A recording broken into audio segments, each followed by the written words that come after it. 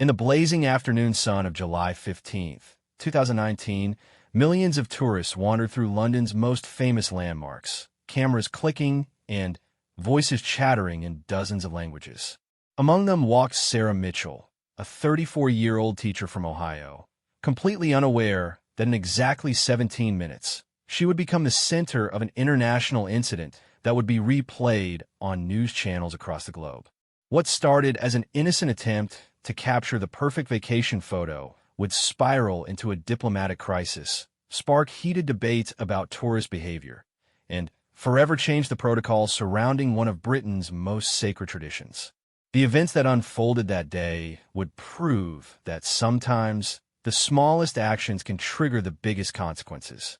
This is the true story of how one American tourist's momentary lapse in judgment created chaos that reached the highest levels of government, and how a single photograph would divide public opinion across two nations. Sarah Mitchell had been planning this trip to London for 3 years. After her divorce was finalized and she had saved enough money from her teaching salary, she finally booked the solo vacation she had dreamed about since college. Armed with a detailed itinerary, a new camera, and boundless enthusiasm, she was determined to make every moment count. The morning of July 15th started perfectly. Sarah had already visited Westminster Abbey, taken countless photos of Big Ben, and enjoyed a traditional English breakfast at a quaint cafe near her hotel. Now, at 2:30 p.m., she found herself among the crowds gathered outside Buckingham Palace, waiting for the changing of the guard ceremony. The summer heat was intense, with temperatures reaching 32 degrees Celsius. Hundreds of tourists pressed against the palace gates, everyone jockeying for the best viewing position. Sarah had arrived early and managed to secure a spot near the front. But as more people gathered behind her, she felt increasingly squeezed and uncomfortable.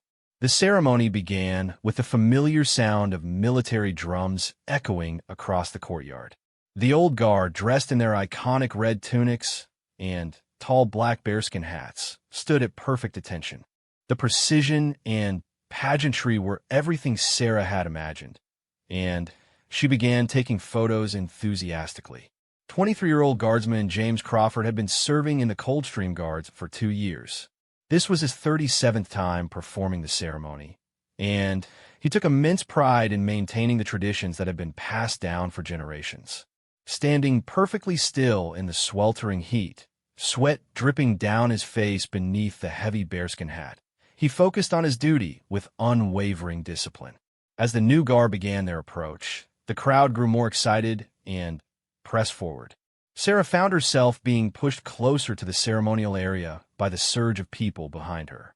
She raised her camera higher, trying to get a clear shot over the heads of other tourists. The ceremony proceeded with clockwork precision. Each movement was calculated, each step measured to the exact inch. The guards marched in perfect formation, their rifles gleaming in the afternoon sun. The crowd watched in respectful silence, understanding they were witnessing a tradition that dated back centuries. Sarah was completely absorbed in capturing the moment. Through her camera lens, she watched as Guardsman Crawford and his fellow soldiers performed their intricate drill. The ceremony was reaching its climax when disaster struck in the most unexpected way. A young child behind Sarah began crying loudly, startling her just as she was adjusting her position to take a crucial shot. In that split second of distraction, she stepped backward to avoid the crying child and found herself directly in the path of the marching guards. Guardsman Crawford was in the middle of a complex maneuver when he noticed the tourist in his peripheral vision. Military protocol demanded that he continue his duties regardless of obstacles, but his human instincts kicked in.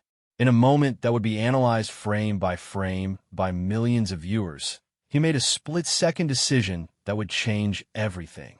The collision was inevitable. Sarah, still focused on her camera, backed directly into Crawford's path. The impact sent her stumbling forward, and her camera flew from her hands, clattering onto the ceremonial ground. The sound echoed through the sudden silence as hundreds of onlookers realized what had just happened.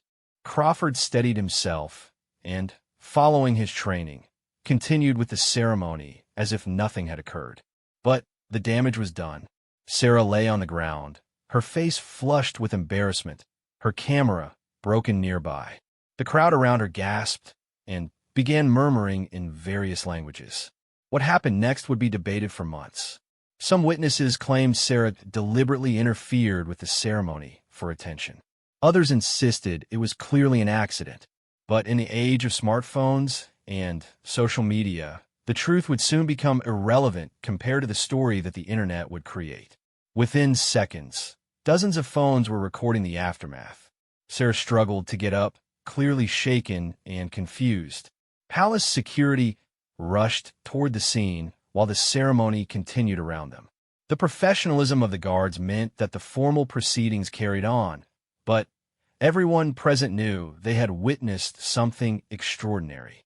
Tourist guide Margaret Williams had been leading groups to the ceremony for 15 years and had never seen anything like it. She immediately recognized the potential consequences of what had just occurred. Moving quickly through the crowd, she reached Sarah before security arrived. "Are you hurt?" Margaret asked, helping Sarah to her feet. "We need to get you away from here immediately." Sarah nodded weakly, still disoriented from the fall and the shock of what had happened. She looked around at the sea of faces staring at her, many holding phones pointed in her direction. The weight of the situation began to dawn on her as Margaret guided her away from the ceremonial area. The ceremony concluded without further incident, but the atmosphere had changed completely. Where there had been respectful admiration for the traditional pageantry, now there was excited chatter about the unprecedented interruption. Tourists compared the photos and videos they had captured, many already posting them online. Palace security officers approached Sarah as she sat on a nearby bench, trying to process what had happened. They were professional but firm, explaining that they needed to take a statement about the incident. Sarah's vacation had suddenly become something much more complicated. As she answered their questions, Sarah noticed more and more people gathering around, some taking pictures of her even as she spoke with the officers. The reality of her situation was becoming clear. She had accidentally become part of one of Britain's most sacred traditions, and the world was watching. Within 30 minutes of the incident, the first video appeared on Twitter. Posted by a German tourist named Klaus Weber, the 10-second clip showed Sarah backing into Guardsman Crawford and falling to the ground. The caption read, "American tourist disrupts Queen's Guard ceremony at Buckingham Palace. Unbelievable." The video began spreading immediately. By 4 p.m. London time, it had been retweeted over 500 times. By 6 p.m., that number had climbed to 15,000. Major news outlets started picking up the story, and suddenly, Sarah Mitchell's face was appearing on television screens across the world. Sarah herself remained completely unaware of her growing internet fame. After giving her statement to Palace security, she had returned to her hotel room, shaken and embarrassed by the day's events.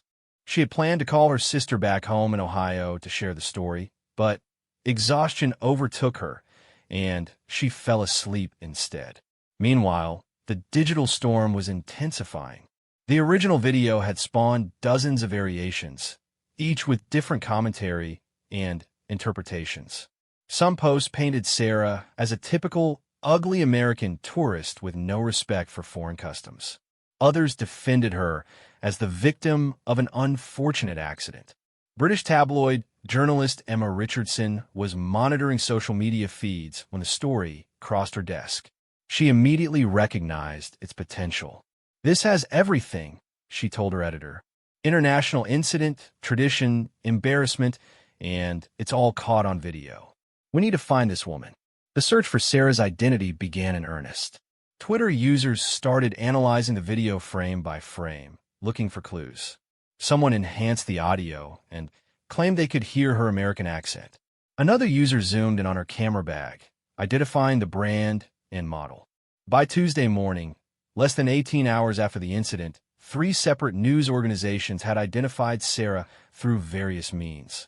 A Facebook post from earlier that morning, where she had checked in at her London hotel, provided the final confirmation they needed. Sarah woke to her phone, buzzing constantly with notifications. Confused and still groggy, she checked her messages to find hundreds of friend requests, dozens of missed calls from unknown numbers, and a flood of comments on photos she had posted months earlier. The first call she answered was from a journalist at the Daily Mirror. "Ms. Mitchell, this is Rebecca Stone from the Daily Mirror. We'd like to get your side of the story about yesterday's incident at Buckingham Palace." "What incident?" Sarah asked, genuinely confused. "How did you get my number?"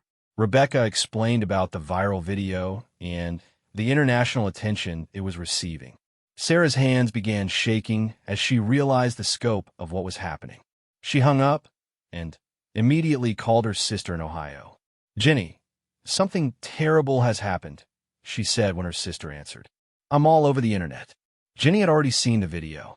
Friends had been sending it to her all morning, asking if it was really her sister. "Sarah, honey, you need to get somewhere safe and figure out how to handle this. There are news trucks outside Mom's house." The situation escalated rapidly throughout Tuesday. Major American networks picked up the story, with CNN running a segment titled, "American Tourist Creates International Incident." Fox News countered with "Tourist Attacked by British Guard," putting a completely different spin on the same footage. British media was equally divided. The BBC provided measured coverage, focusing on the security implications and reviewing palace protocols. The tabloids, however, unleashed their full fury with headlines like "Yankee Doodle Disaster" and "The Tourist Who Couldn't Guard Her Manners." Social media had become a battlefield. The hashtag Guardgate began trending worldwide, with users taking increasingly extreme positions. American Twitter defended Sarah as a victim of aggressive security culture. British users criticized American tourists' perceived lack of respect for tradition. Cultural commentator Dr. James Hartwell appeared on BBC Radio 4 to discuss the broader implications. This incident reflects deeper tensions about tourism, cultural respect, and the way social media amplifies minor incidents into international crises, he explained. "What we're seeing is not really about one tourist or one guard. It's about national identity and how we perceive each other." Sarah had barricaded herself in her hotel room, overwhelmed by the constant phone calls and the growing crowd of journalists outside the building. Hotel security had to escort her to a back room to avoid the media presence in the lobby. The story took another turn when Guardsman Crawford's identity was revealed by British tabloids. Suddenly, he too was thrust into the spotlight. His family home in Yorkshire was surrounded by reporters seeking comments about his military service and his role in the incident. Crawford's mother, Patricia, gave an emotional interview defending her son. "James has served his country with distinction for 2 years. He was doing his duty, following the protocols he was trained to follow. This young lady made a mistake, but James shouldn't be punished for doing his job properly." The military hierarchy was also feeling pressure. Colonel Harrison Webb, commanding officer of the Coldstream Guards, held an emergency meeting to discuss the incident and its aftermath. The last thing the regiment needed was a public relations disaster that could affect their ceremonial duties. "We need to control this narrative," Colonel Webb told his staff. "The reputation of the Guards and the integrity of our ceremonies are at stake." Meanwhile, American embassy officials in London were monitoring the situation carefully. Cultural attaché Robert Morrison recognized that this had the potential to create genuine diplomatic friction if not handled properly. The story gained even more momentum when celebrities began weighing in. British actor Hugh Bonneville tweeted support for the Guards, while American comedian Amy Schumer defended Sarah with a humorous post that went viral itself. By Tuesday evening, Sarah had received interview requests from over 40 media outlets across 6 countries. Her story had been translated into dozens of languages and was being discussed on talk shows from Tokyo to Sao Paulo. But perhaps the most significant development came when Buckingham Palace released an official statement. The measured language attempted to defuse the situation while maintaining the dignity of the institution. The palace confirms that a minor incident occurred during yesterday's ceremony.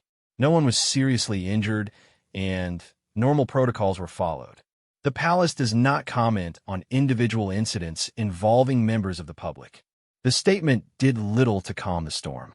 If anything, it added fuel to the fire as commentators debated whether the palace's response was appropriate or whether they were trying to cover up something more serious. Sarah finally agreed to speak with one journalist, choosing a BBC correspondent who promised fair and balanced coverage. The interview was scheduled for Wednesday morning, and news of it immediately became another trending topic. As Tuesday night fell in London, Sarah lay awake in her hotel room, listening to the chatter of journalists outside her window. In less than 2 days, she had gone from being an anonymous tourist enjoying her vacation to being the center of an international media storm that showed no signs of abating. The question everyone was asking was simple. How much bigger could this story get? Unfortunately for Sarah, she was about to find out. Wednesday morning brought unexpected developments that would transform the story once again. At 7 a.m. London time, a new video surfaced on YouTube that changed everything. This footage, taken from a different angle by a tourist standing near the palace gates, clearly showed the sequence of events leading up to the collision. The video revealed what previous clips had missed. A small child had suddenly broken free from his parents and run toward the ceremonial area just moments before Sarah stepped backward. The new footage showed Sarah's instinctive reaction to avoid the child, which led directly to her backing into Guardsman Crawford's path. Marcus Thompson, the Australian tourist who had uploaded the video, explained his decision to come forward. I saw all the hate this woman was getting online, and I knew I had the footage that would show what really happened. It wasn't her fault. She was trying to avoid stepping on a little kid. The new video went viral even faster than the original, reaching 2 million views within 4 hours. The narrative began shifting dramatically as viewers saw the fuller context of the incident. Suddenly, Sarah was being portrayed as a thoughtful tourist who had tried to protect a child rather than a careless American disrupting British traditions. Sarah's BBC interview, which aired Wednesday afternoon, was watched by over 12 million people across various platforms. Sitting across from veteran journalist John Morrison, she appeared nervous but sincere as she recounted the events. "I never intended to interfere with anything," she said, her voice barely steady. "I was just trying to take some photos and enjoy the ceremony like everyone else. When I saw that little boy running toward the guards, I stepped back instinctively. I'm a teacher, and protecting children is something I do automatically." The interview revealed more about Sarah's character and motivations. She spoke about her respect for British culture and her excitement about visiting historical sites.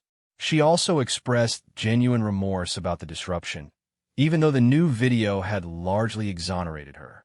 "I feel terrible that this became such a big story," she continued. "These guards work so hard to maintain these beautiful traditions, and I never want to take away from that. I just hope people understand that it was an accident." When Morrison asked about the intense media attention, Sarah's composure nearly broke. "I'm just a fourth-grade teacher from Ohio. I saved for 3 years to take this trip. I never expected anything like this to happen. I just want to go home and get back to my normal life." The interview had an immediate impact on public opinion. The comment sections on news websites and social media posts began filling with messages of support for Sarah. The hashtag I stand with Sarah started trending, countering the earlier negative sentiment. But the story was far from over. Thursday brought another unexpected twist when Guardsman Crawford requested permission to make a public statement. Military protocol normally prohibited guards from speaking to the media, but the exceptional circumstances led his commanding officers to approve a brief interview. Crawford appeared in civilian clothes for a BBC television segment, his military bearing evident even without his ceremonial uniform. He spoke with the measured tone of someone trained to handle pressure situations. "I want people to understand that MS. Mitchell did nothing wrong," he said clearly. "Military training teaches us to adapt to unexpected situations while maintaining our duties. What happened was a simple accident involving someone who was trying to be considerate of others." Crawford's statement carried significant weight because it came from the person most directly affected by the incident. His defense of Sarah helped shift the narrative even further, transforming her from a villain to a sympathetic figure. The guardsman also addressed the broader implications of the incident. Our ceremonies are designed to be enjoyed by visitors from around the world. We don't want people to feel afraid to attend because of one unfortunate accident. Tourism is important to London, and most visitors are respectful and wonderful. The diplomatic implications of the story have been quietly managed behind the scenes. American Ambassador Jennifer Walsh had been in contact with British officials throughout the crisis, ensuring that the incident didn't create any lasting friction between the two nations. Cultural misunderstandings can sometimes escalate unnecessarily, Ambassador Walsh explained in a statement. In this case, we've seen how quickly perspectives can change when all the facts emerge. Both countries benefit from the strong relationships between our peoples. By Friday, exactly 1 week after the original incident, the story had evolved into something entirely different. News outlets were now running features about the positive aspects of the situation. How social media had self-corrected when new evidence emerged, how two individuals had handled intense public scrutiny with grace and dignity, and how a potential diplomatic incident had been resolved through understanding and communication. Sarah used her final day in London to visit Buckingham Palace once more. This time, she maintained a respectful distance from the ceremony, watching from the back of the crowd. Several tourists recognized her and approached for photos, which she politely declined.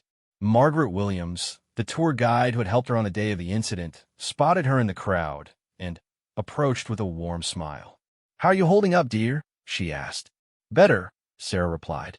"I'm ready to go home, but I wanted to see the ceremony one more time. Properly this time."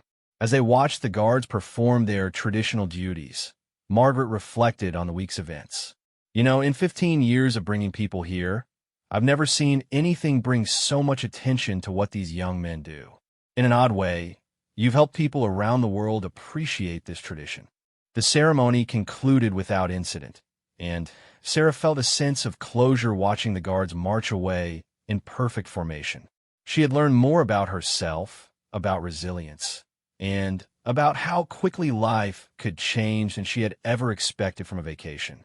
The flight home to Ohio provided time for reflection.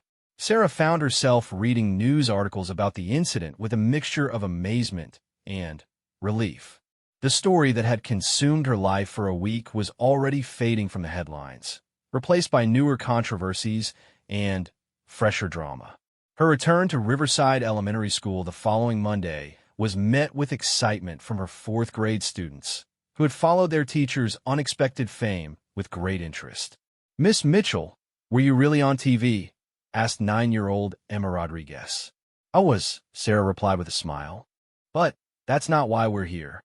Let's talk about what you learned while I was away." The incident had lasting effects beyond the immediate media attention.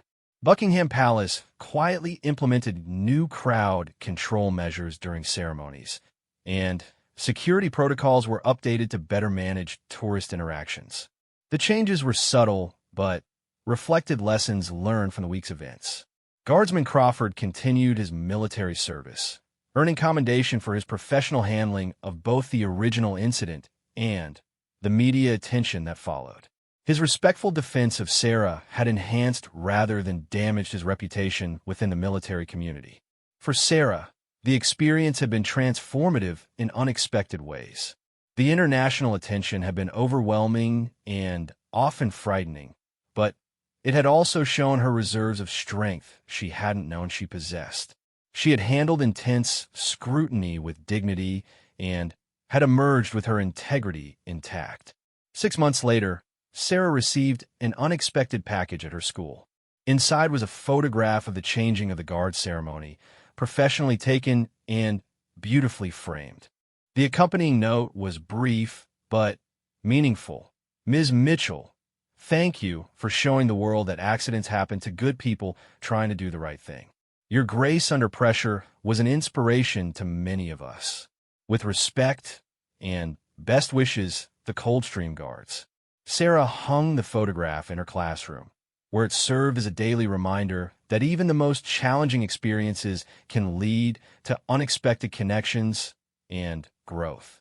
Her students often asked about the picture, and she would tell them the story of how one moment changed her life and taught her that kindness and understanding could triumph over misunderstanding and criticism. The incident at Buckingham Palace became a case study in several university courses examining social media, international relations, and crisis communication. It demonstrated how quickly situations could escalate in the digital age, but also how truth and empathy could ultimately prevail when good people chose to act with integrity. Years later, both Sarah and Guardsman Crawford would occasionally be recognized and asked about that famous day. Both would respond with the same message, that the incident taught them about the importance of understanding, forgiveness, and the basic human decency that connects people across cultures and continents. The story of the tourist who hit a marching guard had become something much larger and more meaningful than anyone could have predicted. It had become a testament to how ordinary people could handle extraordinary circumstances with grace, and how even the most challenging situations could bring out the best in humanity when approached with openness and understanding.